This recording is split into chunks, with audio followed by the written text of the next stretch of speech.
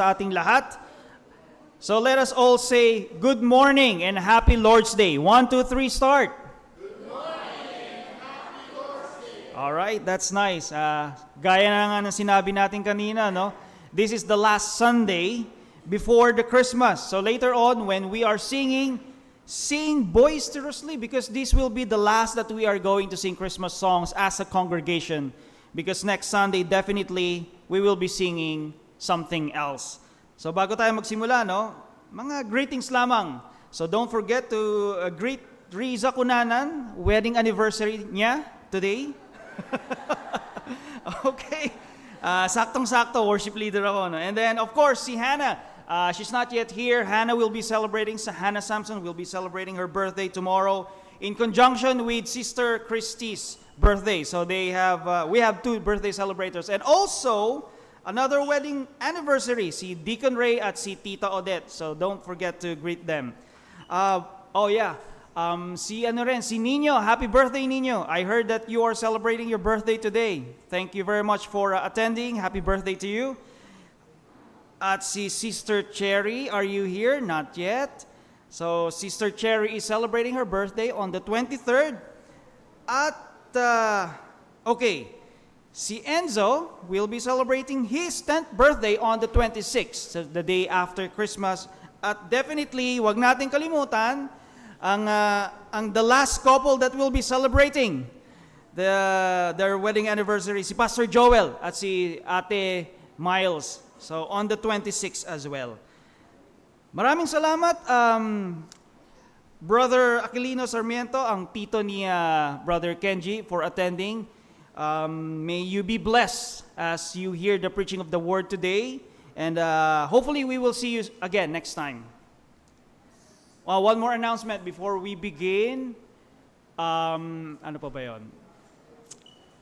Sa mga Facebook Live viewers namin, next Sunday, just continue viewing via Facebook, although we will not be here at this church, at this building, because we are going to go to Tagaytay. But definitely, there will still be a continuation of the Facebook live streaming. So there will be one in the morning and one in the afternoon. So mga kapatid, our long-awaited church camp is coming up.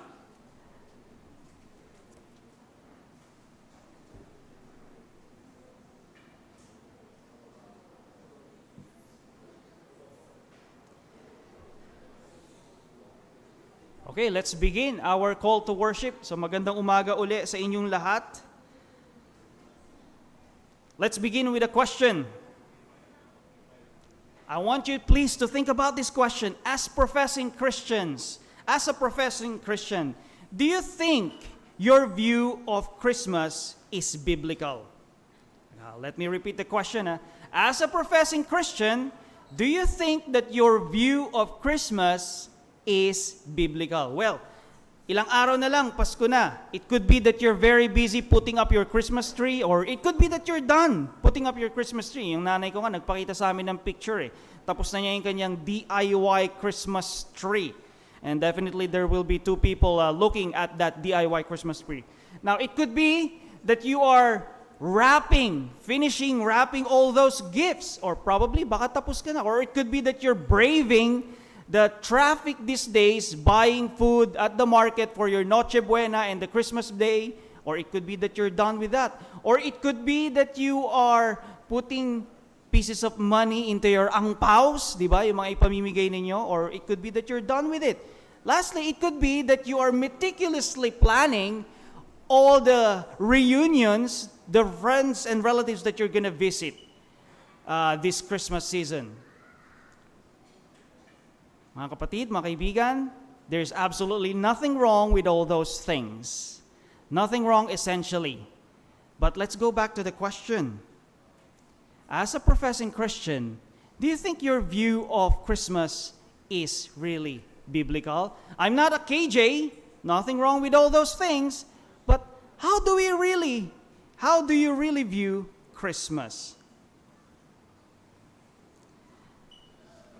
Now, as a professing Christian, it could be that your view of Christmas is not biblical if we focus only on gatherings, food, reunions, and gift givings. We are somehow giving light to the real meaning of Christmas. And it could be that we are guilty of trivializing Christmas. So, mayroon tayong babasahin sa Philippians chapter 2 to remind us of what it really means to celebrate Christmas biblically. All right, so please open your Bibles, your copies or your devices to Philippians chapter 2, and we will be reading verses 5 to 11. Philippians chapter 2, verses 5 to 11. And this is one of the verses that our pastor used last Sunday. Habang nakikinig ako sa kanya, sabi ko, gagamitin ko yan for the call to worship the following Sunday. So let us read Philippians 2 verses 5 to 11. I will read in English. Have this in mind among yourselves, which is yours in Christ Jesus, who though he was in the form of God, did not count equality with God a thing to be grasped. Take note, but emptied himself. I repeat, Christ emptied himself by taking the form of a servant, being born in the likeness of men. That is Christmas. Verse 8, and being found in the human form, he humbled himself by becoming obedient to the point of death, even death on a cross. Verse 9, therefore, God has highly exalted him and bestowed on him the name that is above every name, so that the name of Jesus every knee should bow in heaven and on earth and under the heaven, and every tongue confess that Jesus Christ is Lord, to the glory of God the Father. Brothers and sisters, that emptying of himself, Jesus emptying of himself in verse 7, that is the meaning of Christmas. Because the second persona of the Godhead, again, the second persona of the Godhead humbled himself, took on flesh, and that is Christmas. That is the true and sacred weight of Christmas. That is the real meaning of Christmas. So Jesus did not come here to join our gatherings, our reunions, gift givings, and eating of food. Jesus came here to move forward to the cross for our sake. That is Christmas, and that makes him deserving of our worship this morning. At dahil ginawa ng Panginoong Jesus yung mga bagay na yan, ang sabi ng Diyos Ama, God exalted him, and that every knee shall bow at the name of Jesus, and every tongue will confess that Jesus Christ is our Lord and Savior. Mga kaibigan, our worship this morning is not a mere holiday. It is our response to the greatest gift that we receive, and that is Jesus Christ coming here and dying on the cross. So let us pray. Let us pray.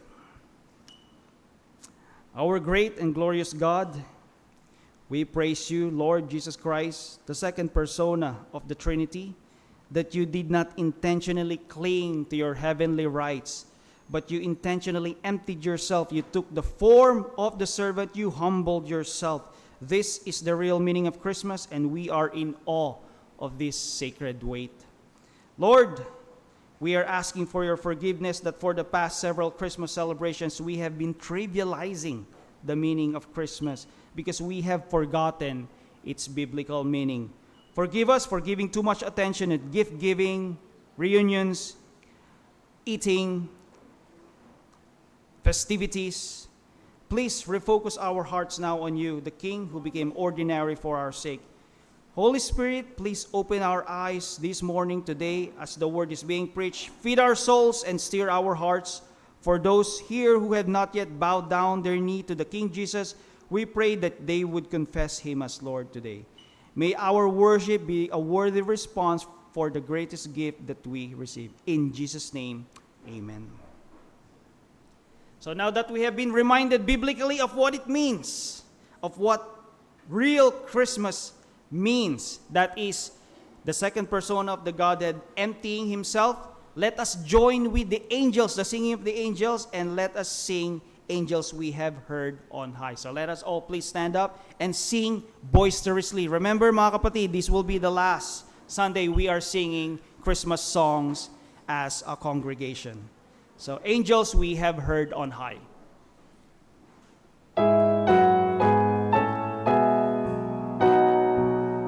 Let us sing.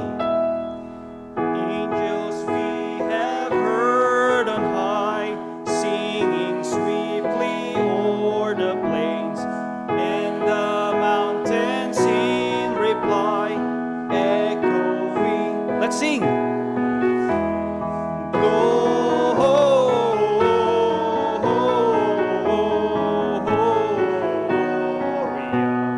In excelsis Deo, Gloria.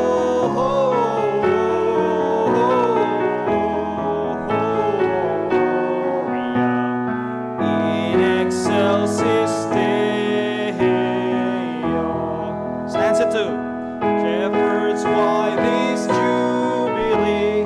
Why your joyous strains prolong? What the gladsome tidings be, which inspire your heavenly song? Gloria.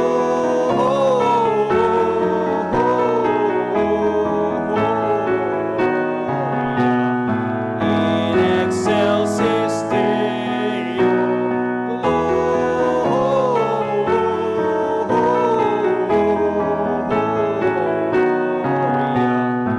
In excelsis Deo. Come to Bethlehem and see Him whose birth the angels sing.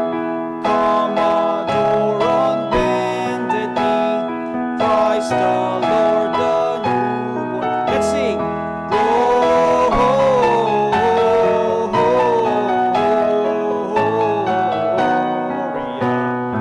In excelsis Deo,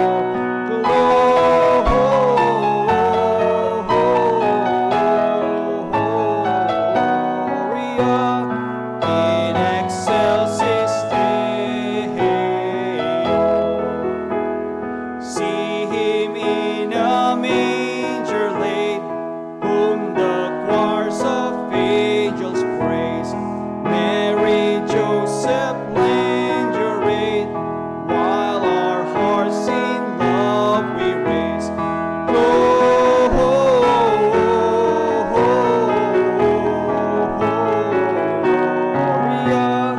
In excelsis Deo.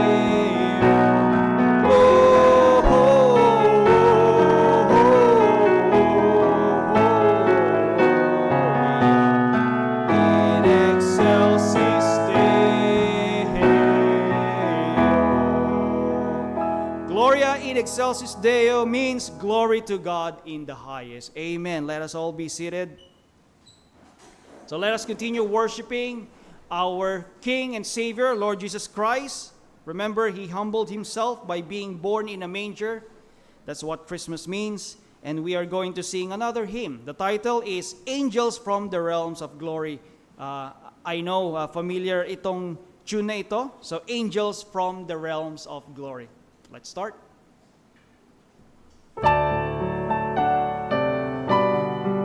So again, let's sing boisterously, mga kapatid.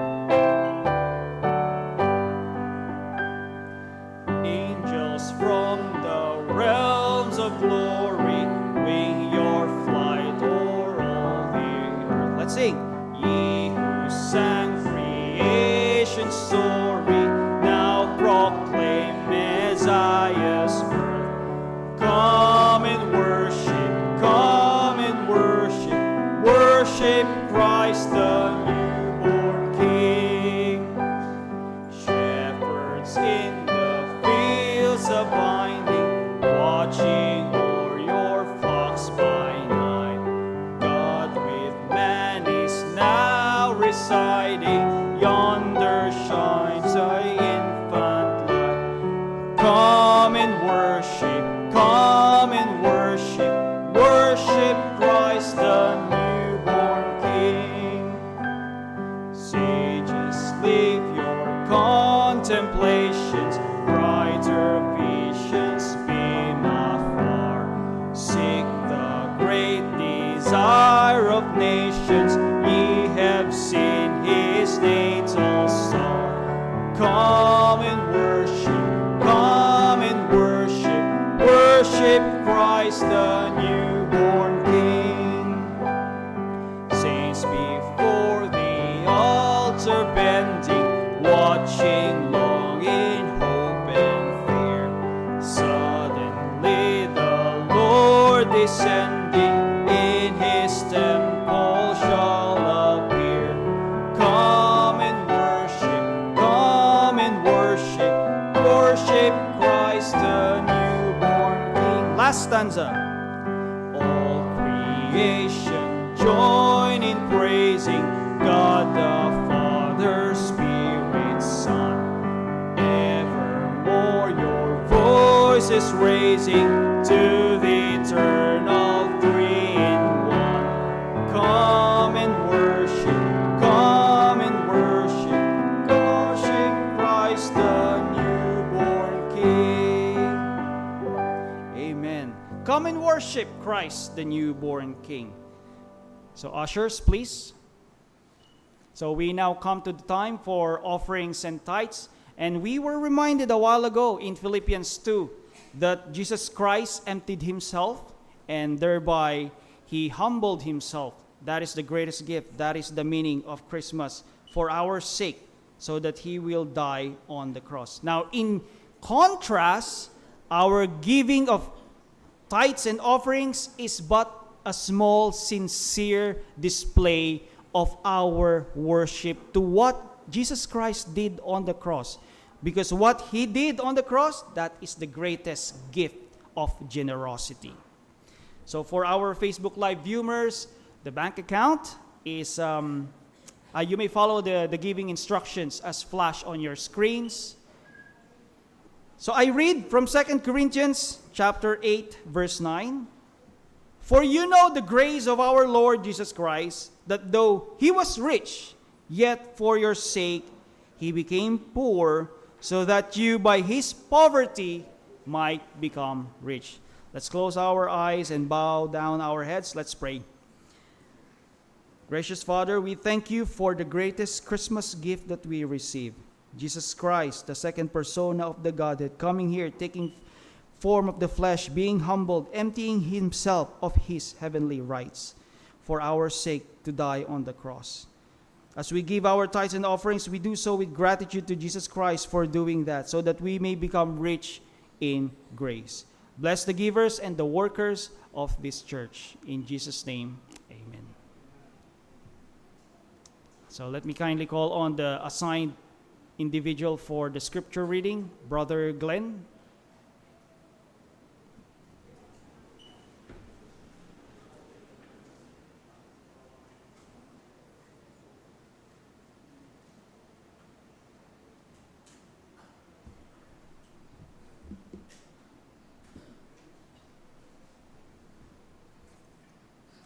Maaari po bang magsitayo po ang lahat sa pagbasa ng salita ng Diyos?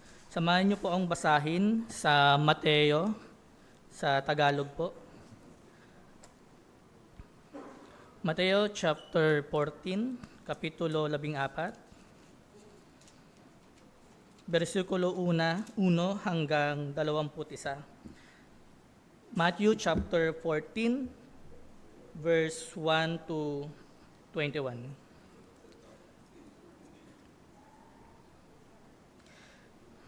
Nang panahong iyon ay narinig ng tetrakang si Herodes ang balita tungkol kay Jesus. At sinabi niya sa kanyang mga lingkod, ito ay si Juan na tagapagbautismo na muling binuhay sa mga patay, kaya't nagagawa niya ang mga kababalaghang ito. Sapagkat dinakip ni Herodes si Juan, iginapos niya ito at iniligay sa bilangguan dahil kay Herodias, na asawa ng kanyang kapatid na si Felipe. Sapagkat sinabi ni Juan sa kanya, hindi ipinapahintulot sa iyo na angkinin mo siya. Bagamat ibig niyang ipapatay si Juan, natakot siya sa mga tao sapagkat kanilang itinuturing si Juan na isang propeta. Ngunit nang dumating ang pagdiriwang ng kaarawan ni Herodes, sumayaw sa gitna nila ang anak na babae ni Herodias, at ito ay ikinatuwa ni Herodes.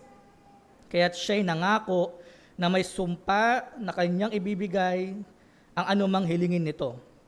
So, joke ng kanyang ina ay sinabi niya, ibigay mo sa akin dito sa isang pinggan ng ulo ni Juan na tagapagbautismo. Nalungkot ang hari, ngunit dahil sa kanyang mga sumpa at sa mga panauhin, ipinag-utos niyang ibigay iyon. Nagsugo siya at pinupugutan niya ang ulo ni Juan sa bilangguan. Dinala na nasa isang pinggan ang kanyang ulo at ibinigay sa dalaga at dinala naman ito sa kanyang ina. Dumating ang mga alagad ni Juan, kinuha ang bangkay at inilibing ito. Pagkatapos sila'y umalis at ibinalita kay Jesus. Nang marinig ito ni Jesus, umalis siya roon, nasakay ng isang bangka tungo sa ilang lugar na wala siyang kasama. Nang mabalitaan ito ng maraming tao, naglakad silang sumusunod sa kanya mula sa mga bayan. Pagdating niya sa pampang, nakita niya ang napakaraming tao, nahabag siya sa kanila at pinagaling niya ang mga may sakit sa kanila. Nang nagtatakip silim na, lumapit sa kanya ang mga alagad niya na nagsasabi, ilang lugar ito at lumipas na ang maghapon, papuntahin mo na ang mga tao sa mga nayon upang makabili sila ng kanilang makakain. Ngunit sinabi ni Jesus sa kanila, hindi na kailangang umalis pa sila, bigyan ninyo sila ng makakain. At sinabi nila sa kanya, mayroon lamang tayong 5 tinapay at 2 isda. Sinabi niya, dalhin ninyo rito sa akin. At pinag-utos niya sa maraming tao na umupo sa damuhan. Pagkakuha niya sa 5 tinapay at 2 isda, tumingala siya sa langit. Binasbasan niya ang mga ito, pinagputol-putol at ibinigay ang mga tinapay sa mga alagad. At ibinigay naman ng mga alagad sa maraming tao. Kumain silang lahat at nabusog. Kinuha nila ang mga lumabis na pinagputol-putol na tinapay at napuno ang 12 kaing. Verse 21, at ang mga kumain ay may 5,000 lalaki, bukod pa sa mga babae at sa mga bata. Maaari na po tayo magsiupo. Hayaan niyo po magbigay ng kaunting pagpapaliwanag sa ating binasa. Sa ating binasa, mayroong 2 yugto tayo natunghayan. Una ay ang pagpapakamartir ni John the Baptist. Pangalawa ay ang pagpapatuloy sa ministeryo ng ating Panginoong Hesus. Ang pagpapakain sa 5,000 katao gamit lamang ang 5 tinapay at 2 isda. Ngunit sa pagkakataong ito, nais ko pong bigyan diin ang unang yugto na kung saan ay lubhang napapanahon sa atin bilang mga Kristiyano. Si Juan Bautista ay ikinulong ni Herodes dahil sa pinagsasabihan siya ni Juan na labag sa batas na angkinin mo ang babaeng iyan, na itinutukoy ay si Herodias, na sister-in-law ni Herodes. Naipukulong ang taong walang sala dahil si Herodes ay piniling mamuhay sa kanyang kalaswaan. Ganun pa man, hindi na isipapatay ni Herodes si Juan dahil isa itong political suicide. Mawawala sa kanya ang suporta ng mga Hudyo. Bagamat tama na hindi dapat patayin si Juan, ngunit hindi ito dahil sa morality at values ni Herodes patungkol sa sanctity of life, kundi dahil sa kanyang greediness sa political na kapangyarihan. Ito ay nagpapakita sa atin na maaari tayong maging mabuti sa paningin ng tao, ngunit ang totoo, we are motivated by selfish ambition. Parang mga politiko na napakabuti nila sa paningin ng mga umiidolo sa kanila, pero ang totoo, they are just driven by selfish ambition. Kalaunan, pinugutan ng ulo si Juan, alam ni Herodes na ito ay maling desisyon at posibleng makasira sa kanya, ngunit nagpadala siya sa emosyon. Dahil sa sobrang tuwa at kagustuhang hindi mapahiya sa harap ng mga bisita, tinupad niya ang pangako magdudulot ng kasalanan. Mula dito, natutunan natin na hindi dapat tayo gumagawa ng desisyon kapag tayo ay sobrang saya o labis na nadadala ng emosyon. Dahil minsan, sa kagustuhan nating magmukhang tama sa mata ng iba, nagsasakripisyo natin ang moralidad at kalooban ng Diyos. Bilang mga Kristiyano na maaari nating isipin na hindi natin magagawa ang kasalanan ni Herodes at ni Herodias, ngunit magagawa ba natin ang ipinapakitang katapangan ni Juan Bautista? Bago ako matapos, mayroon po akong nais iwan sa ating lahat na mapanghamon na katanungan. Una, pipiliin ba talaga nating sumabay na lang o maki-agree at manatiling tahimik sa gitna ng malinaw na ethical at biblical violation? Dahil sobrang comfortable na tayo, contented na at satisfied na sa simpleng pag-attend ng Sunday service. Pero walang pag-call out, walang pag-rebuke, kasi feeling natin mako-compromise ang ating comfort zone, negosyo, trabaho, friendship at imahe, kaya tahimik na lang kahit alam nating may mali. Pangalawa, handa ba tayong makinig sa mga nagsasalita ng katotohanan kahit hindi kaaya-aya ang kanilang mga salita, kahit na ang pagrespeto sa kanila ay nangangahulugan na pag-amin na tayo ay mali. At panghuli po, pangatlo, handa ba tayong tumalima sa Diyos kung ang kapalit nito ay sarili nating ulo na ilalagay sa pinggan? Yun lamang po.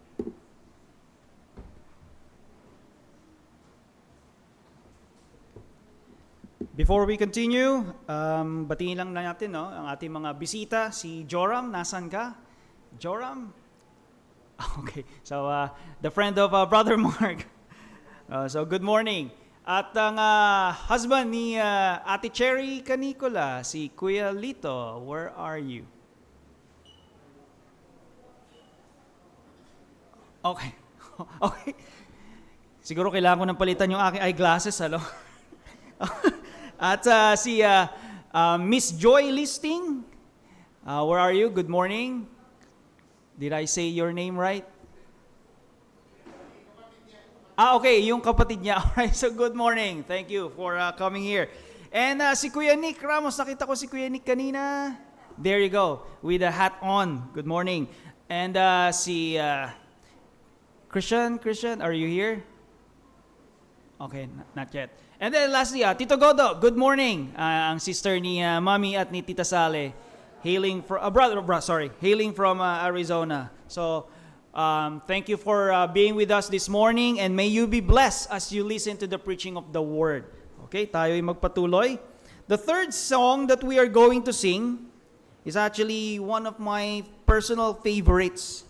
Ini-imagine ko singing this night before Christmas. So, if you're an emotional guy. So, let us sing, O Holy Night. Namnamin niyo yung ganda ng liriko. It's very beautiful. Let's sing it.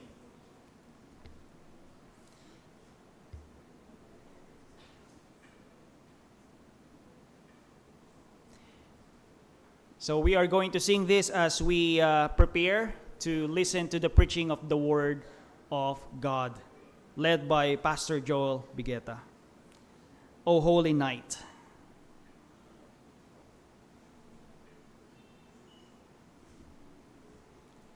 So there's actually two lines here. O night divine, O night when Christ was born. O night divine, O night divine. So all the nights that we are experiencing, there's nothing can be compared to all these nights than the night in which our Savior, Lord Jesus Christ, was born. So let us sing, O Holy Night.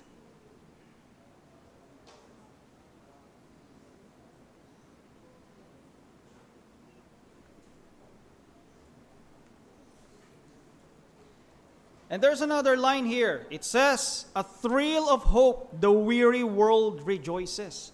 So you can consider here that our world is really weary, nakakapagod, ano? It's filled with sin, filled with devastation, filled with depravity. But there's a solution to all these things. Definitely.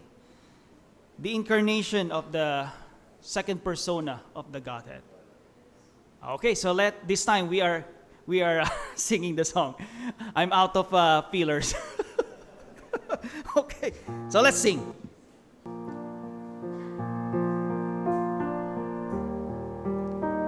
Let's sing, huh? Holy night, the stars are brightly shining. It is the night of our dear Savior's birth. How beautiful. Long lay the world in sin and error blind.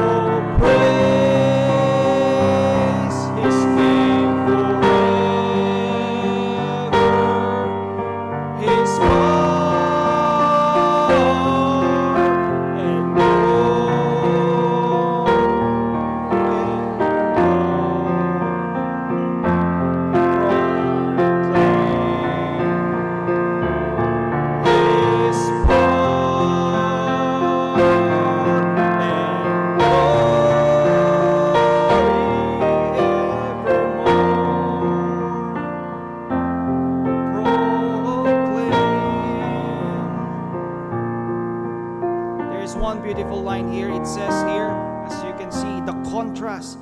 Take note, the King of Kings. Take note, the King of Kings. Again, the King of Kings, Jesus Christ, lay thus in lowly manger. Wow, how beautiful.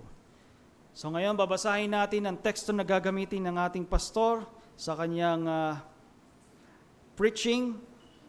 So I'm inviting everyone to please open your Bibles, your devices, to Luke chapter 2, verses 8 to 20. I will be reading in Filipino, Lucas, Kabanata 2, versikulo 8 hanggang 20. I will start. Sa lupaing iyon ay may mga pastol ng tupa na nasa parang na nagbabantay sa kanilang kawan sa gabi. Tumayo sa tabi nila ang isang anghel ng Panginoon at ang kaluwalhatian ng Panginoon ay nagliwanag sa palibot nila at sila ay lubhang natakot. Verse 10, kaya't sinabi sa kanila ng anghel, huwag kayong matakot sapagkat narito, dala ko sa inyo ang magandang balita ng malaking kagalakan para sa buong bayan. Sapagkat ipinanganak sa inyo ngayon sa lungsod ni David ang isang tagapagligtas, na siya ang Kristo, ang Panginoon. Verse 12, ito ang magiging palatandaan ninyo. Matatagpuan ninyo ang isang sanggol na balot ng lampin at nakahiga sa isang sabsaban. At biglang sumama sa anghel ang isang malaking hukbo ng langit na nagpupuri sa Diyos at nagsasabi, luwalhati sa Diyos sa kataas-taasan at sa lupa'y kapayapaan sa mga taong kinalulugdan niya. Verse 15, nang iwan sila ng mga anghel patungo sa langit, sinabi ng mga pastol sa isa't isa, pumunta tayo ngayon sa Bethlehem at tignan natin ang nangyaring ito na ipinaalam sa atin ng Panginoon. At sila'y nagmamadaling pumunta at kanilang natagpuan sina Maria at Jose at ang sanggol na nakahiga sa sabsaban. Verse 17, nang makita nila ito, ipanaalam nila sa kanila ang mga sinabing tungkol sa sanggol na ito. At lahat na nakarinig nito ay namangha sa mga bagay na sinabi sa kanila ng mga pastol. Subalit iningatan ni Maria ang lahat ng mga salitang ito na pinagbulay-bulayan sa kanyang puso. Last verse. Pagkatapos ay bumalik ang mga pastol na niluluwalhati at pinupuri ang Diyos dahil sa lahat ng kanilang narinig at nakita ayon sa sinabi sa kanila.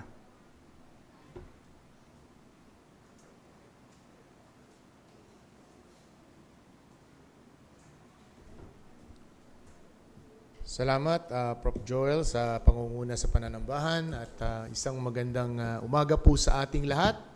At sa atin din po mga first-time visitors, you are very much welcome. Hindi lamang po sana ito ang una at huli namin kayo makasama. You are very much welcome in attending our regular worship service. Maliban lang po this coming Sunday, no? Kasi po kami po ay magkakaroon ng church retreat this coming December 28, 29, 30 sa Center for Training sa Tagaytay. Pero by January 4 po ay babalik po kami sa aming regular programming at you are very much welcome sa aming pong lingguhang pananambahan.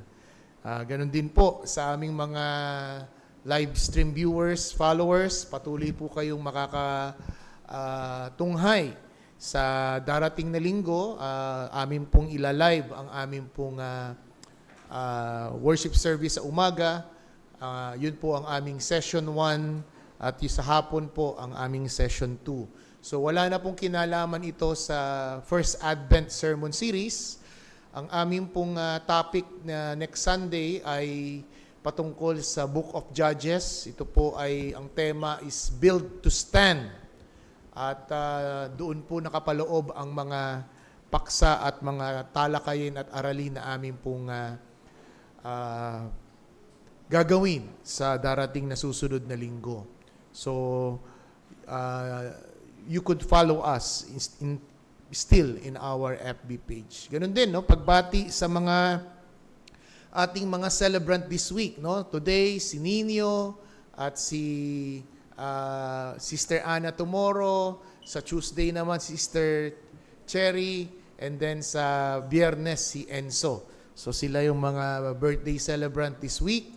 At wedding anniversary, today, si Prof. Joel and si Sister Risa. Tomorrow, si Deacon Ray and Deacon Danny.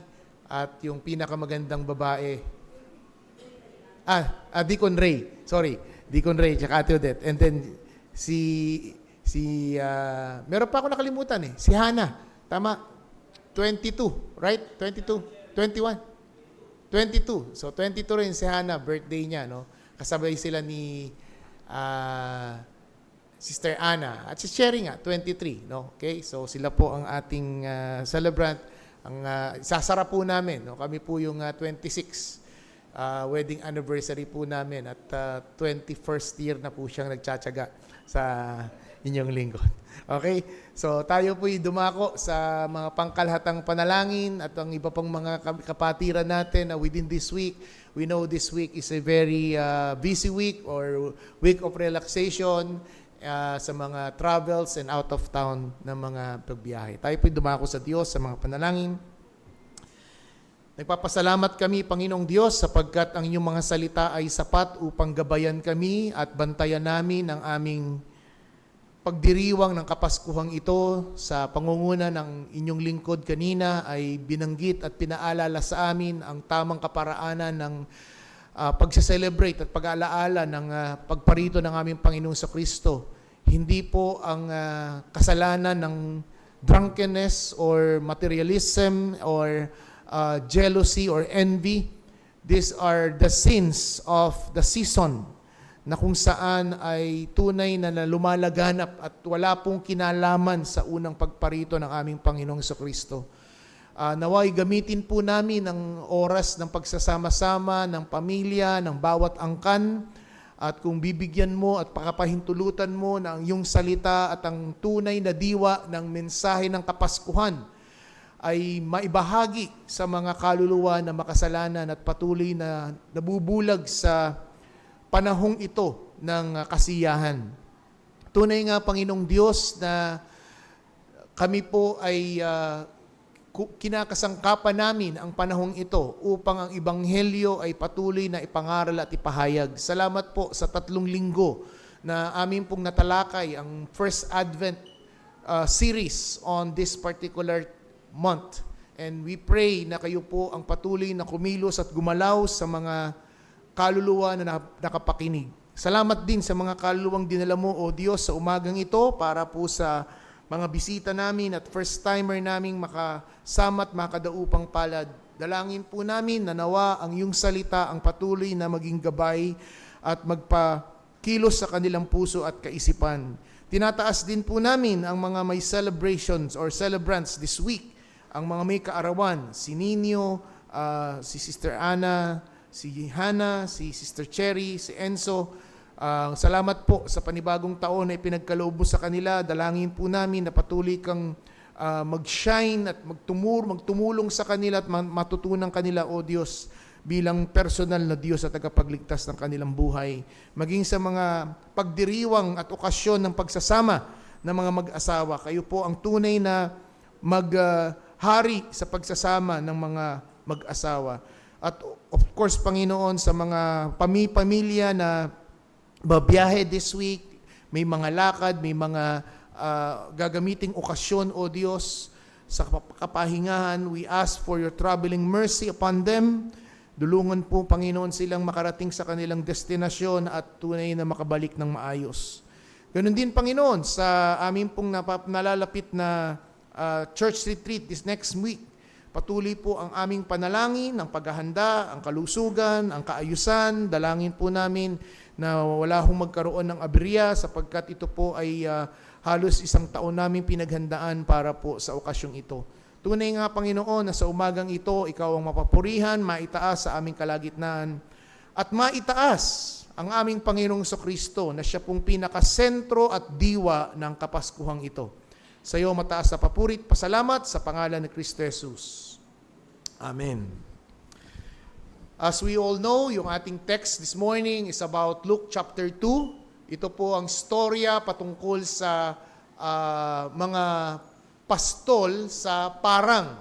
At binasa po sa ating kanina ang verse 8 to verse 20, but it is not my intention para po talakayin ang buong mga talatang ito. I would like to zero in our discussion or sermon this morning on verses 10 to verse 12.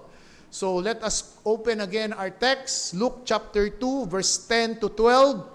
And the angel said to them, "Fear not, for behold, I will bring you good news of great joy that will be for all the people. For unto you is born this day in the city of David a Savior who is Christ the Lord. And this will be the sign for you. You will find him a baby wrapped in the swaddling clothes, lying in a manger." At paiigsin pa ho natin, it's more of verse 10, ang mensahe na kung saan ang anghel ay nagbalita na huwag kang matakot at daladala ko ang isang mabuting balita ng dakilang kagalakan. Yan po ang paksa na ating tatalakayin, the joy of Christmas. Christmas is often associated with lights, with celebration, with festive mood, within the heart which is about Christmas. A joy that is deeper than circumstances and deeply rooted in the coming of Christ. Subalit nais ko pong bigyang kaiba o paghahambing, ano po ba ang joy and happiness? It's better for us to understand and to have a proper understanding and differentiation of what we call Christian joy and emotional happiness. There is a common mistake na napagkakabalit po natin. Marami po ang nagsasabi, akala nila it is a synonymous or interchangeably used. The word biblical joy and happiness. Napapagkamalan po, it is a common mistake na yung joy is also equivalent to happiness. Pero kung titingnan po natin, it is differently defined and it is being differently taught by the Scripture. Magkaiba po ang happiness sa joy. Let me use the word Christian joy and emotional happiness. Yan po ang unang paksa na gusto kong tingnan natin. We need to understand the difference between Christian joy and emotional happiness. Sapagkat yan po yung tinutukoy sa verse 10. Sabi nung anghel, huwag kang matakot, daladala ko ang mabuting balita, ang dakilang kagalakan. It is joy, it is not happiness, na sa Tagalog ay kasiyahan. Magandang maintindihan po natin this differentiation. Because ito po ang magaganap sa panahong ito, hanggang sa darating na susunod na linggo most probably. Maraming mga kasiyahang gawain, maraming kasiyahang pagtitipon, maraming mga kasiyahang magaganap. And all of those are happiness. Hindi ho tayo tutol sa kasiyahan. Yan po'y bahagi ng isang ating pagkatao. In fact, pinupurso ng tao ang kasiyahan. Pero let me remind you, as Christians, what we ought to pursue is not happiness, but Christian joy. At yan po ang aking nais pakita rito, the difference between Christian joy and the emotional happiness. There's so much difference in many aspects about Christian joy and happiness or emotional happiness. First and foremost, there is the difference between the source. There's a difference between the source of Christian joy and emotional happiness. Emotional happiness, it arises from a favorable events. Emotional happiness, it arises from achievements, from pleasures in life. It depends on the external triggers, such as success. Katatapos lamang po ang Southeast Asian Games at ang ating mga atleta ay nakaranas ng maraming tagumpay, magmula sa gold, silver, bronze. 1,000 ang pinadalang atleta, 200 plus ang mga nakakuhang mga medalya. At yung mga nakakuha ng medalyang ito ay talagang, it's a euphoria, talagang ibang klase ang kanilang mga nararamdaman. No, makapanindig balhibo. Ikaw na kung nakapanood ka sa nakaraang mga 2 linggo ng kompetisyong ito at nakikita mo na ang iyong kababayan ay nanalo sa anumang larangan at sa anumang sports, you feel there's a sense of pride, no? At natutuwa ka, no? Na iba yung saya at chill na nararanasan sa iyo. That is happiness. That is an emotional happiness. Dahil ang lahat ng mga ito ay nakabatay sa mga nagtitrigger ng mga external success. After a exam week and you have a good grades, it will bring you happiness. Meaning to say, happiness is a seasonal moment. It is brought about by externalities. That is the source of emotional happiness. However, Christian joy, it comes from God's presence. It comes from God's promise. It is not dependent on what is happening around you. So makikita natin there's a difference about the source. Also, there's the difference about duration. Christian joy, it is enduring. Kahit hindi ho maganda ang present na kasulukuyang sitwasyon, Christian joy is not external but internal. There could be peace even in the midst of suffering and trials. A true believer in Christ who sustained a tragic event such as on this occasion. No, ito nga po yung panahon na kontrapelo Na kapag ka sa panahong ito na ang buong mundo, ang buong lipunan, ang buong komunidad ay nagdiriwang, nagsasaya, tapos bigla kang may sakit. Biglang may aksidente, biglang may namatayan. Di ba? Parang yan yung tinatawag na parang kontrapelo yung pakiramdam mo. Contrary sa season ng kasiyahan. Pero on those moments, doon mo madi-differentiate at makikita what is Christian joy all about. Na in the midst of grief, suffering, and injustice and hardship, there is a sense of joy and satisfaction. Because Christian joy is anchored not on the externalities, but it is anchored on God. Emotional happiness is temporal and fragile. It fades when the circumstances change and disappointment arises. Yun po ang emotional happiness. It varies. Ang Christian joy ay mas malalim. Bakit? Ito po ay bunga ng banal na spirito. Galatians chapter 5 verse 22. But the fruit of the Spirit is love, joy, peace, kindness, patience, long-suffering.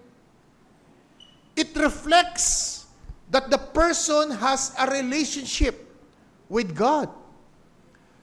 Christian joy is profound. Christian joy is transformative. However, emotional happiness, it is a surface level. It is shallow in compared to spiritual joy.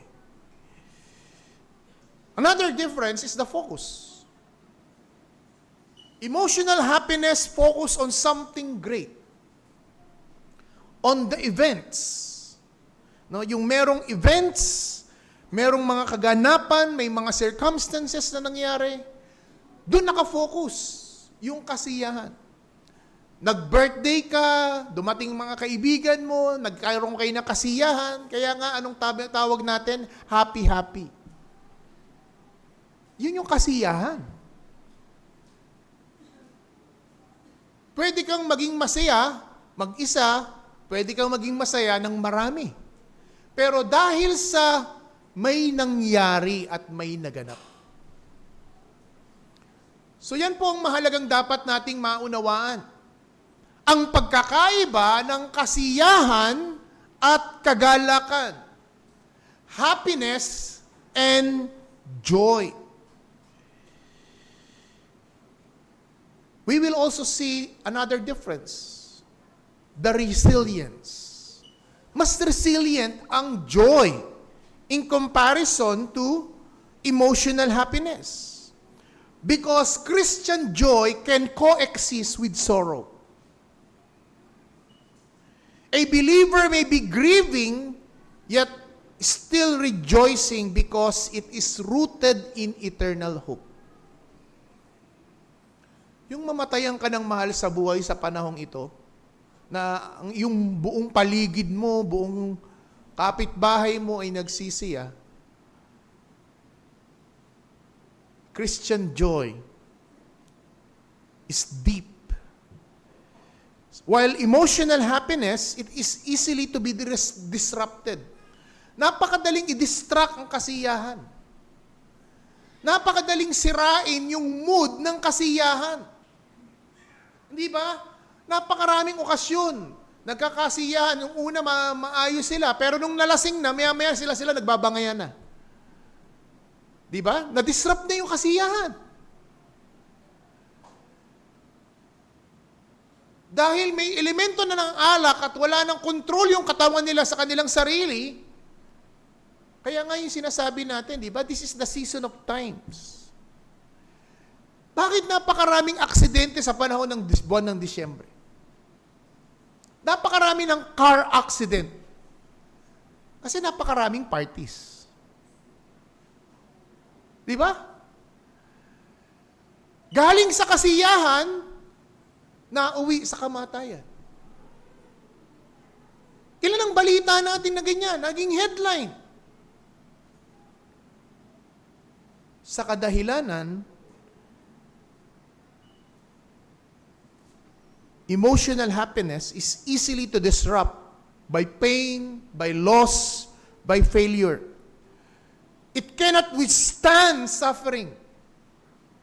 And that's why people so easily get so depressed, lost their sanity, and end their life. Look what happened to the former Undersecretary Cabral. May PhD yan, ha?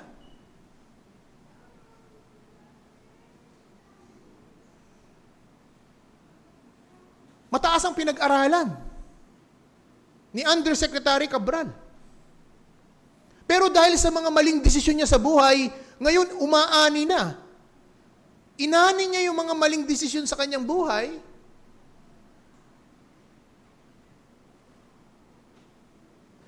Yung kasiyahan na nakuha niya sa mahabang panahon probably, ngayon nagdulot sa kanya ng labis na kalungkutan.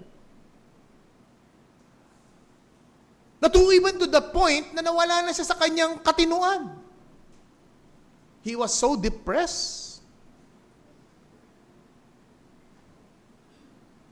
And ending his life, her life,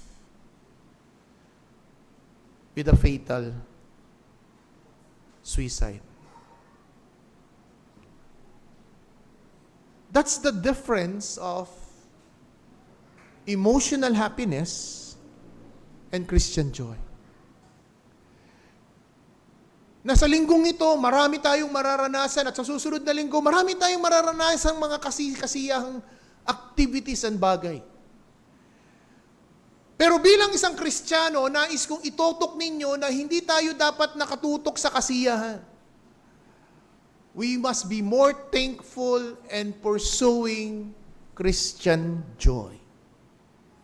Because joy, Christian joy is tied up with eternal truths. Christian joy is grounded on the finished work of Christ.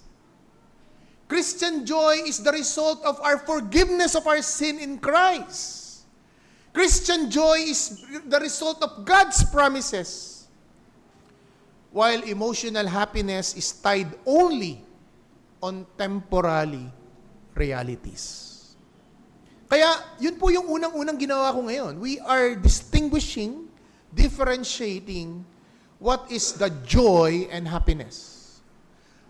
Magkaiba ang kasiyahan sa kagalakan. Ang tinuturo ng Biblia, hangarin mo ang kagalakan. Ipurso mo ang kagalakan. Sapagkat yan ang bunga ng banal na Espiritu. Ang kagalakan ay bunga ng ugnayan mo sa Diyos sa pamamagitan ni Kristo. Hindi lahat ng tao ay makakaranas ng kagalakan sapagkat ang kagalangan ay bunga ng ugnayan mo sa Diyos. Lahat ng tao, Kristiyano man o hindi, makakaranas ng kasiyahan. Subalit hindi lahat nakakaranas ng kagalakan. After differentiating about joy and happiness, now let's deal with our text. Here we see in verse 10, secondly, from fear to joy. Look at our text again. And the angel said to them, "Fear not, behold, I bring you good news of great joy. That will be all for all people." Pansinin nyo na itong mga shepherd na ito, these are ordinary shepherds. These are ordinary people. But these ordinary people are the first one who heard the first announcement. At yung announcement na ito ay nagbigay sa kanila at first ng takot. Imagine nyo, kinanta natin kanina, Holy Night. Imagine these shepherds in the stillness of the night. They are keeping watch of their sheep. Binabantayan nila ang kanilang mga alagang tupa sapagkat ito po yung gabi na kung saan ay nilulusob ng mga wolves. Savage wolves. Ang mga tupa. Kaya gising sila. Hindi ho sila natutulog. Kung may natutulog man, shifting sa kanila. Para may nagbabantay sa kanilang mga tupa at sa kanilang mga inaalagaan. Sa isang madilim na gabi na kung saan ay punong-puno ng mga bituin, ang sabi dito ay bumukas ang langit. At ang kadiliman ay napaltan ng liwanag. At sa ganitong klase ay nakita nila ang isang anghel. At ang kanilang reaction, wow, ganun ba? Sa kanilang reaction, labasan ba sila ng kanilang mga cellphone at nag-video ba sila? Di ba? Ganun nangyayari, di ba? Nakita mo na aksidente na, imbis na tulungan, binidyo pa. Nasusunog na, o tumawag kayo bumbero. Ba't di ka tumawag? That's the problem today. Here we see the first reaction of these shepherds ay takot. Well, hindi lamang naman po sila ang natakot eh. On chapter 1, verse 11 to 13, tingnan po natin. Chapter 1, Luke chapter 1, verse 11 to 13, ang sabi po dito, "But the angel said to him, Do not be afraid, Zacharias, for your prayers has been heard, and your wife Elizabeth will bear a son, and you will call him John." Luke 19, verse 29 to 30, "But he was greatly troubled at the saying, and tried to discern of what sort greeting might be. And the angel said to her," verse 30, "Do not be afraid, Mary, for you have found favor in the Lord." So makikita po natin, hindi po kakaiba yung reaksyon ng mga pastol. Kasi si Zacarias, nung nakakita siya ng anghel sa loob ng templo, lalong-lalo doon sa Holy of Holies, natakot siya. Si Maria, nung bisitahin ni Angel Gabriel at sabihin sa kanya na siya ay magiging isang ina, natakot siya. Narito ang pangatlo, mga pastol. Yung una, lalaki, yung pangalawa, babae, itong pangatlo, mga grupo ng mga kalalakihan na nakaramdam ng takot. Well, we have to understand the historical context and the biblical context why there was fear as the reaction. First and foremost, hindi lang ho dahil sa ito ay isang supernatural event or supernatural occurrence. In the Old Testament, angels bring God's judgment. Kung babalikan nila ang kanilang Biblia sa Lumang Tipan, na during this time, na ang Biblia nila is the Old Testament. Wala pa ang New Testament dahil ongoing pa lang yung production ng New Testament. During this time, ang hawak nilang Biblia ay ang Old Testament. At alam nila in the Old Testament na when there is an angel appearance, it meant judgment. Hinahatulan sila ng Diyos. Makikita natin yan sa mga maraming okasyon, sa panahon ni David, hindi na natin titingnan, but I will just quote for your own for own notes. 2 Samuel chapter 24 verse 15 to 17. 2 Samuel 24 15 to 17. Ito po yung matapos si David ay magkasala at binilang niya ang kanyang mga sundalo. At dito, inattribute niya na kaya siya ay naging matagumpay dahil sa kanyang lakas ng puwersa. God sent an angel and brought a plague that killed 70,000 men of David. So kahatulan ang presensya ng isang anghel.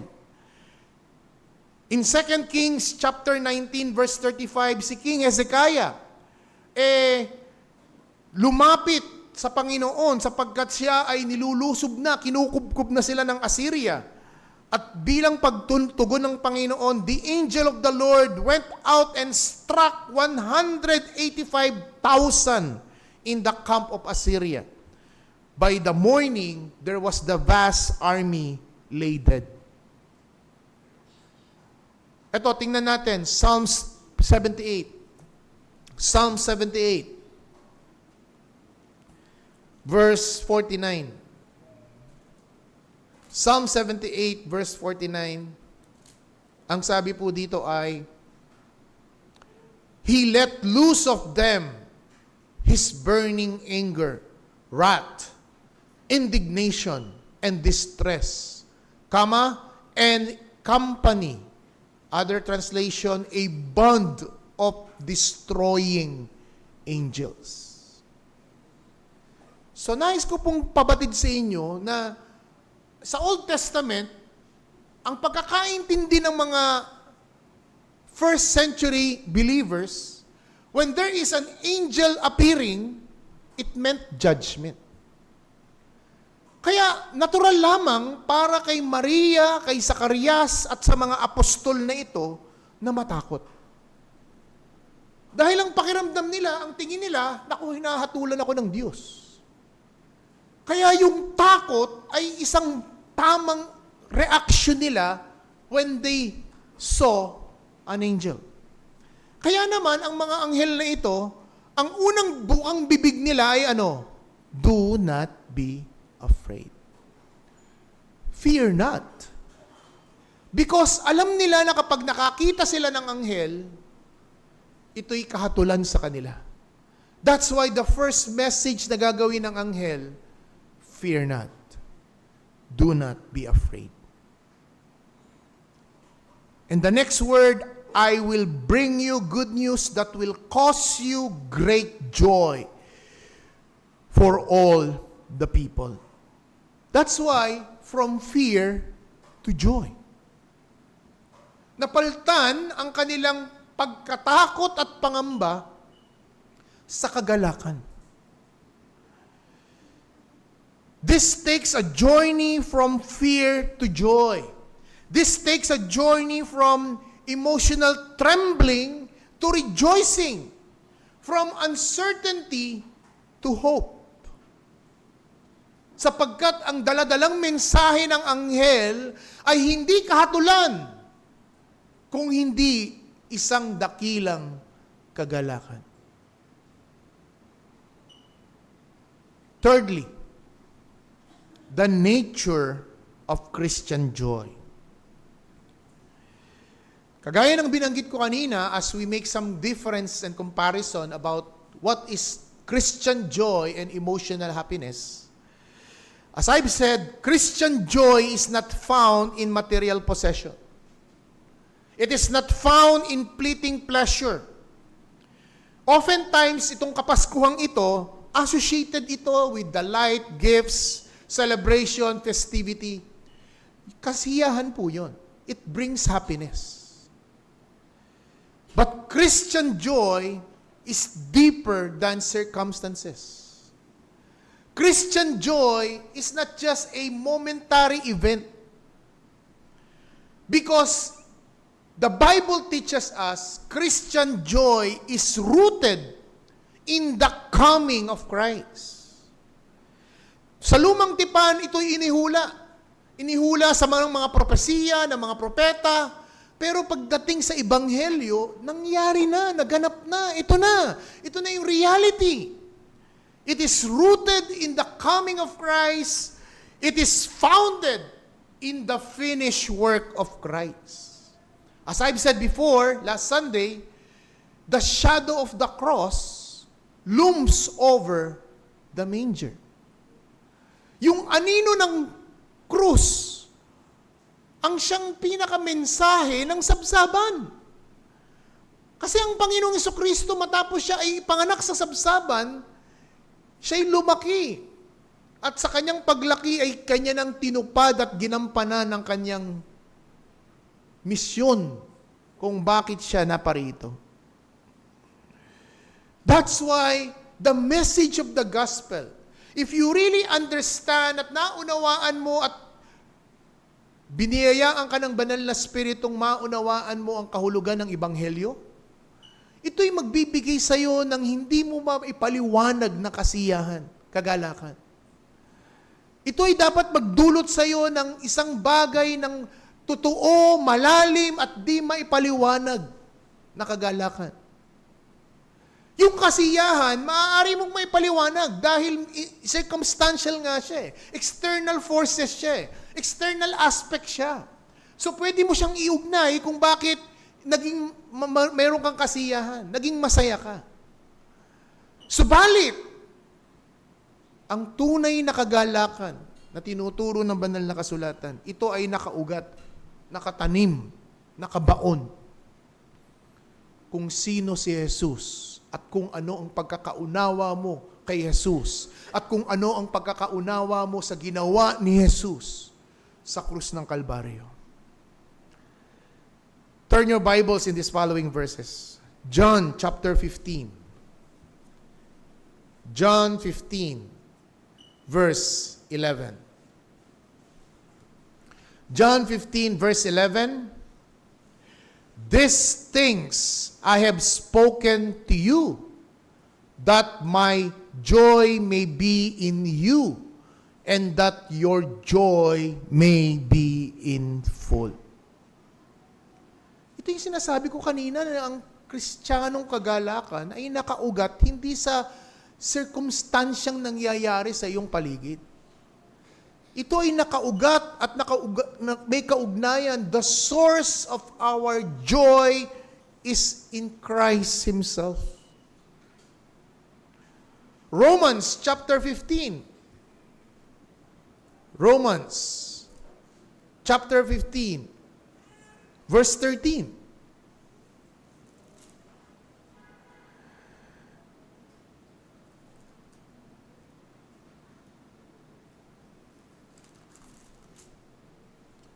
May the God of hope fill you with all joy and peace in believing, so that by the power of the Holy Spirit may abound in hope. Again, makikita natin dito, joy comes through trusting Christ. Ang kagalakan ay bunsod dahil nagtiwala ka kay Kristo, hindi dahil sa worldly success or worldly achievement, or dahil sa may mga bagay kang tinanggap na material. May kinalaman ito sa iyong ugnayan at relasyon kay Kristo Jesus. Philippians 4:4. Pilipos, kabanatang 4, talatang 4. Rejoice in the Lord always. Again, I say, rejoice. Joy is commanded because it rests in the Lord and it is not in changing circumstances. Gaya ng sinabi ko kanina, kayang i-disrupt ng external circumstances yung kasiyahan. Nagsimula kayong matino, nagsimula kayong magkakaibigan, nagsimula kayong nagmamahalan, nagkakaroon ng ugnayan, nung nalasing, nag-away-away na. Nahinto na yung happy-happy. Dahil sila na ang nagbabangayan.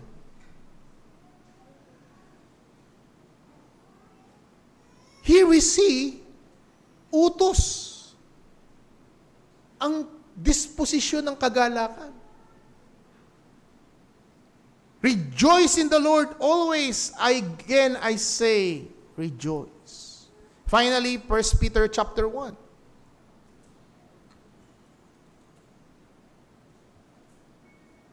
1 Peter 1. Or second to the last. 1 Peter 1, 8.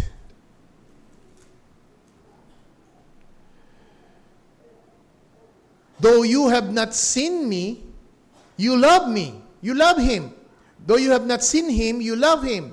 Though you do not now see him, you believe in him and rejoice with joy, with that is inexpressibly and filled with glory. Ito daw yung hindi mo kayang maipaliwanag na kagalakan. Yung kasiyahan, pwede mong ipaliwanag eh. Anong dahilan? Matetrace mo kung saan.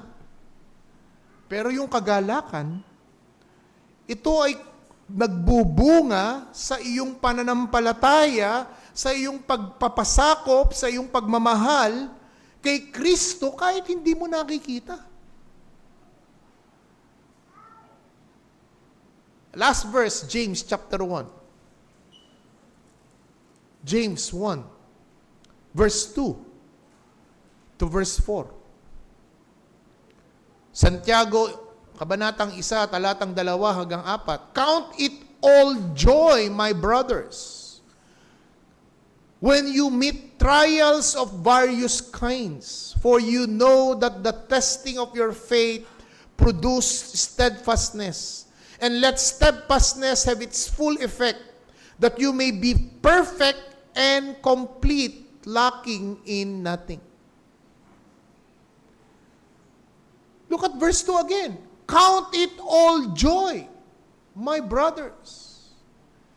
Bilangin mong isang kagalakan, mga kapatid, na kapag ikaw ay dumadanas ng pagsubok. Kita niyo yung lalim ng pagkakaiba ng happiness sa joy? Na kahit namatayan ka, kahit nasunugan ka, o nagkaroon ka ng disaster sa mga buhay mo, sinubok ang pananampalataya mo, babangon at babangon ka. Tatayo at tatayo ka. Hindi ka magpapatiwakal. Hindi ka tatalon sa tulay. Nakatulong ba yung PhD? Kay Undersecretary Cabral that time? Nakatulong ba yung kanyang yaman? Yung kanyang dami ng kanyang ari-arian? Nakatulong ba yung kanyang mga achievements sa buhay? Sa panahon na siya ay lugmok? Kasi ang lahat na nasa kanyang buhay ay puro kasiyahan. Wala ang tunay na tinatawag ng Bibliang kagalakan. Walang kagalakan sapagkat wala siyang tunay na ugnayan sa Diyos. Na sa mga panahon na dumadaan ka sa unos at bagyo ng buhay, ito ang sukatan. But so many people are pursuing fleeting pleasures, fleeting happiness, rather than biblical joy.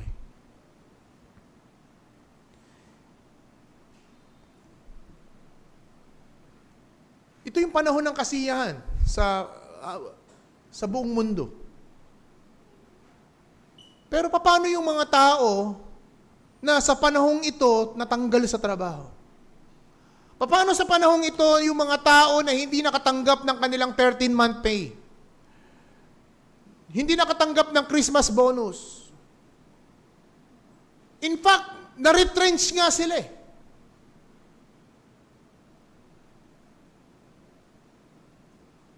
Hindi sila kasama sa raffle. Wala silang natanggap.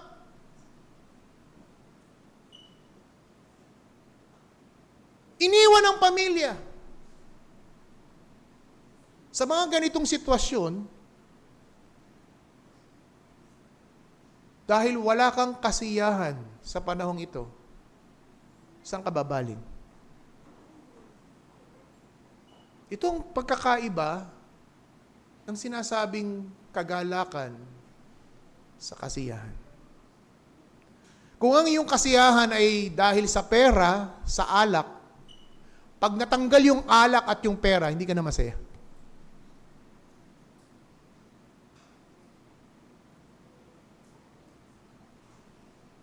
Napakababaw ng iyong kasiyahan. Napakababaw ng iyong pananaw sa buhay.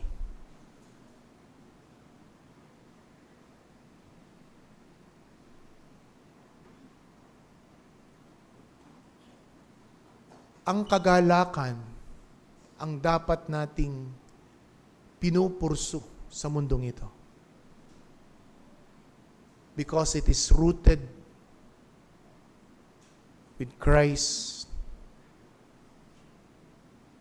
with Christ's birth, and with Christ's death, with Christ's resurrection, with Christ's ascension, and Christ's second coming. That's why our joy is the blessed hope. Kasi tapos na yung pagparito niya eh. Tapos na yung namatay siya.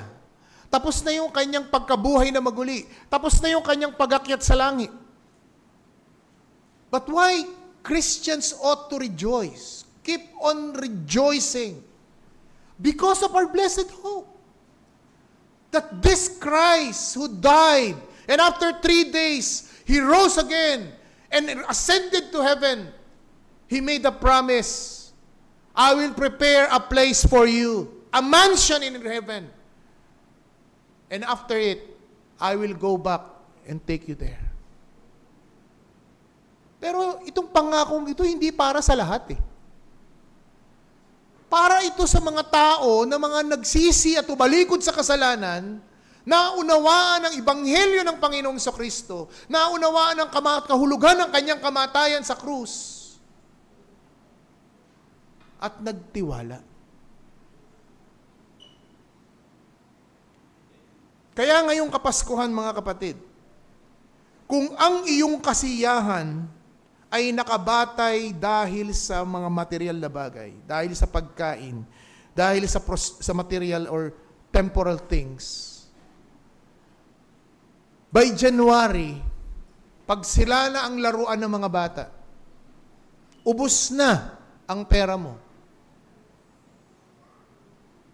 hindi ka na masaya. Let me conclude, mga kapatid, as concluding lessons for Christians.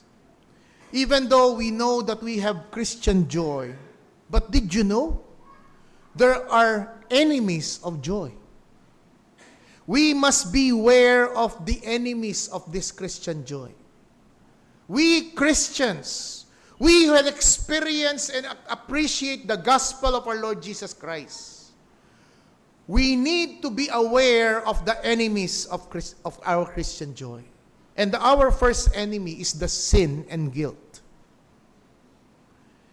Remember, David lost the joy after seeing sinning adultery and murder.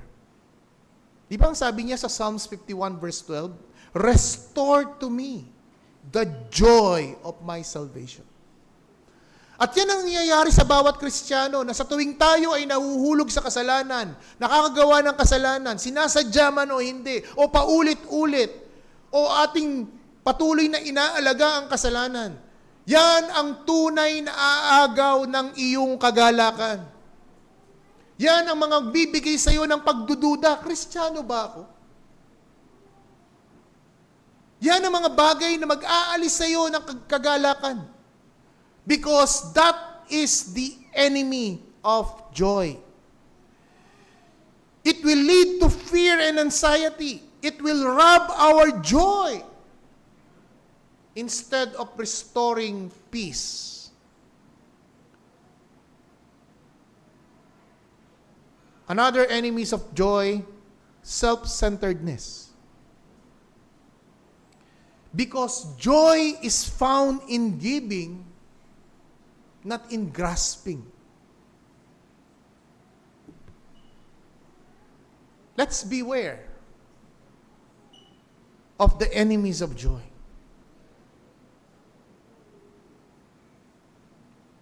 Secondly, not only we must beware of the enemies of joy, but secondly, cultivate Christian joy. Keep on reflecting your salvation in Christ, the promises of God, the hope of heaven, your obedience and service. All of this comes joy as we walk in the Lord, as we serve one another. The community of the believers, the fellowship that strengthened the joy. Ito yung mga bagay na tutulong sa iyo na makultivate the grace and the fruit of Christian joy. Napakaganda nung post ni Sister Dana regarding observing the Lord's Day.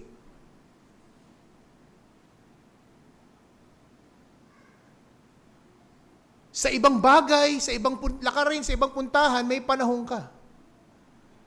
Pero pagdating sa araw ng Panginoon,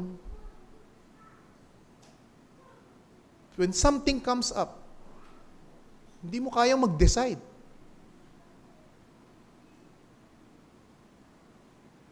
This is the 51st Lord's Day in the year 2025.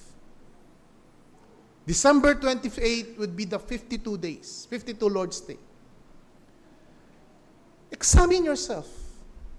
Within this 2025, with 52 Lord's Day, ilan ang mga Lord's Day doon na talagang ipinaglaban nyo ang Panginoon? Talagang ipinili mong uunahin ko munang parangalan ng Panginoon kesa sa ayokong mapahiya kay kumpare, ayokong mapahiya kay kumare, gusto kong pagbigyan ng aking close friend. How oftentimes sineset aside natin ang Diyos? Kasi hindi natin nakikita eh. Di ba? Pero yung boss mo na nag-imbita sa'yo na hindi mo mahindian, labis-labis yung hiya mo. Eh, ito kasi araw-araw ko itong kasama eh. Sa opisina, pag inindian ko ito, nakakahiya.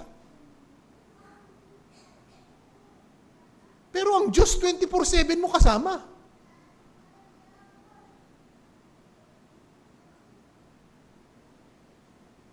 Yun yung makikita nating tugon ng mga apostol eh. Nung naintindihan nila ang mensaheng dala-dala ng anghel, hindi yung pasok dito, labas sa kabila. They resolved in themselves, let's go and visit Bethlehem. Yung joy na naramdaman nila, it translated into action. May bunga ng pagkilos ang kanilang kagalakan. At yan ang hamon ngayon. Kung ikaw ay isang Kristiyano, patunayan mo. Patunayan mo sa iyong sarili, patunayan mo sa iyong kapwa-kapatid. Sa iyong kapwa mananampalataya. That's why that's the beauty of our Lord's table. We are saying to one another, kabahagi mo pa rin akong sumasampalataya. Kabahagi mo pa rin akong nagpapatuloy. It is a perpetuating sign. If baptizing is the initial sign of walking with Christ, the Lord's Supper is a perpetuating sign that I'm still in you, in one accord, in faith and obedience in Christ. Cultivate Christian joy. At kung nagkulang ka, kapatid, sa taong ito, may pagkakataon kang itama, iayos sa darating na susunod na taon.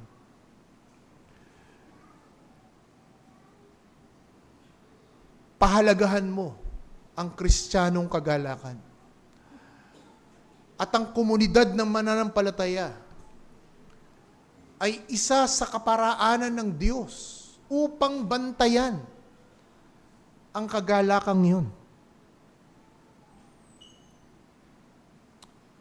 Last lesson, the joy of Christmas is anchored in the incarnation of Christ.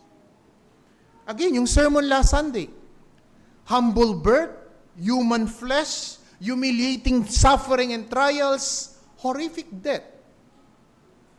All of this has to do with the incarnation of Christ.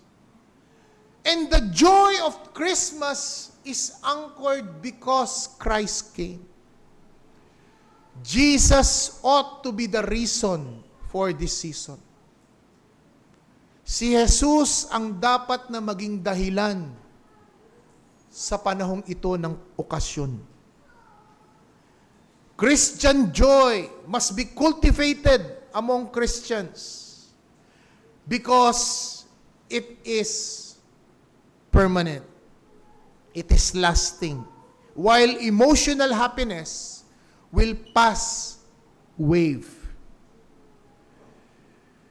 Nawa, kapatid,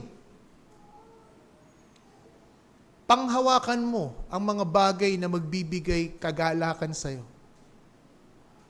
Kahit sa mga kakulangan sa panahong ito ng kasiyahan. If you have Christ, you ought to be joyful. Even though wala kang hamon, keso o gardenia. Naalala ko na naman yung gardenia na yan. Kahit wala kang handa sa Kapaskuhan, but if you have Christ, you ought to be joyful. Tayo manalangin. Aming dakilang Diyos, napaka daya ng mundo sapagkat napakadali kaming linglangin.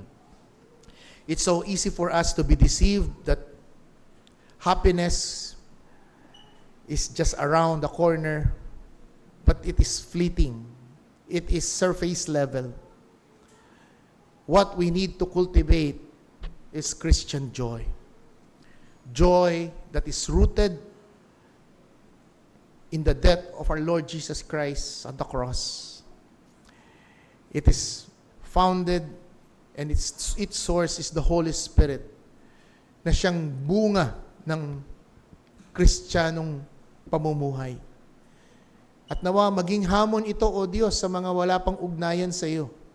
Kung sila ay nakakaranas lamang ng mga kasiyahan sa buhay at hindi sila tunay pang nakakadama at nakakaranas ng kagalakan, sapagkat ang kagalakan ay makukuha lamang sa Panginoong Hesukristo. Naway masumpungan nila sa Paskong ito ang Panginoong Hesukristo upang maranasan nila ang tunay na kagalakan.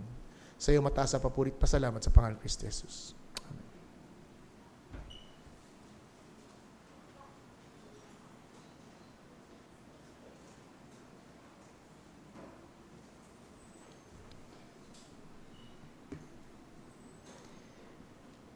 Let us cultivate Christian joy, and one way of doing that is by singing joy to the world. Again, my friends, brothers and sisters, this is the last Christmas song that we are singing together as a congregation. So let us all stand up and sing boisterously, Joy to the World.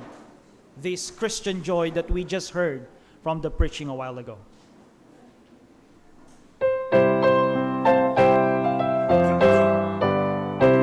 Let's sing.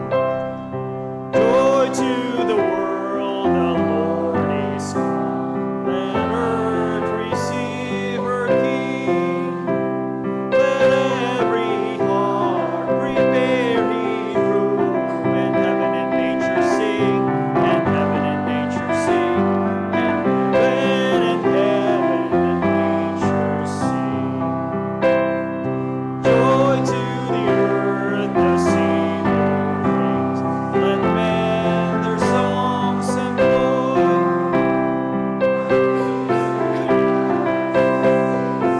Please repeat the sounding joy. Repeat the sounding joy. Let's sing. No more let sins and sorrows grow, nor thorns infest the ground.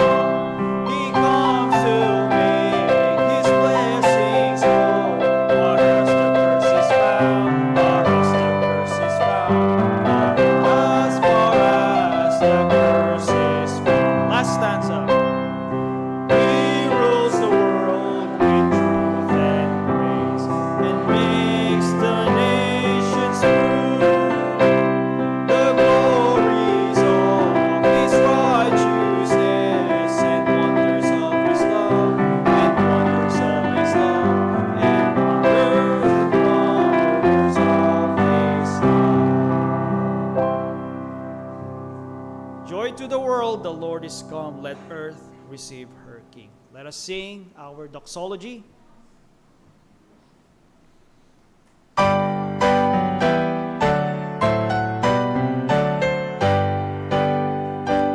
Praise God from whom blessings flow.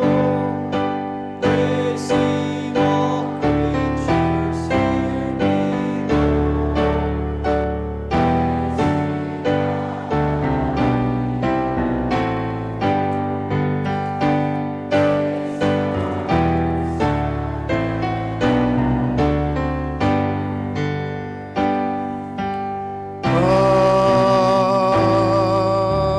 Amen.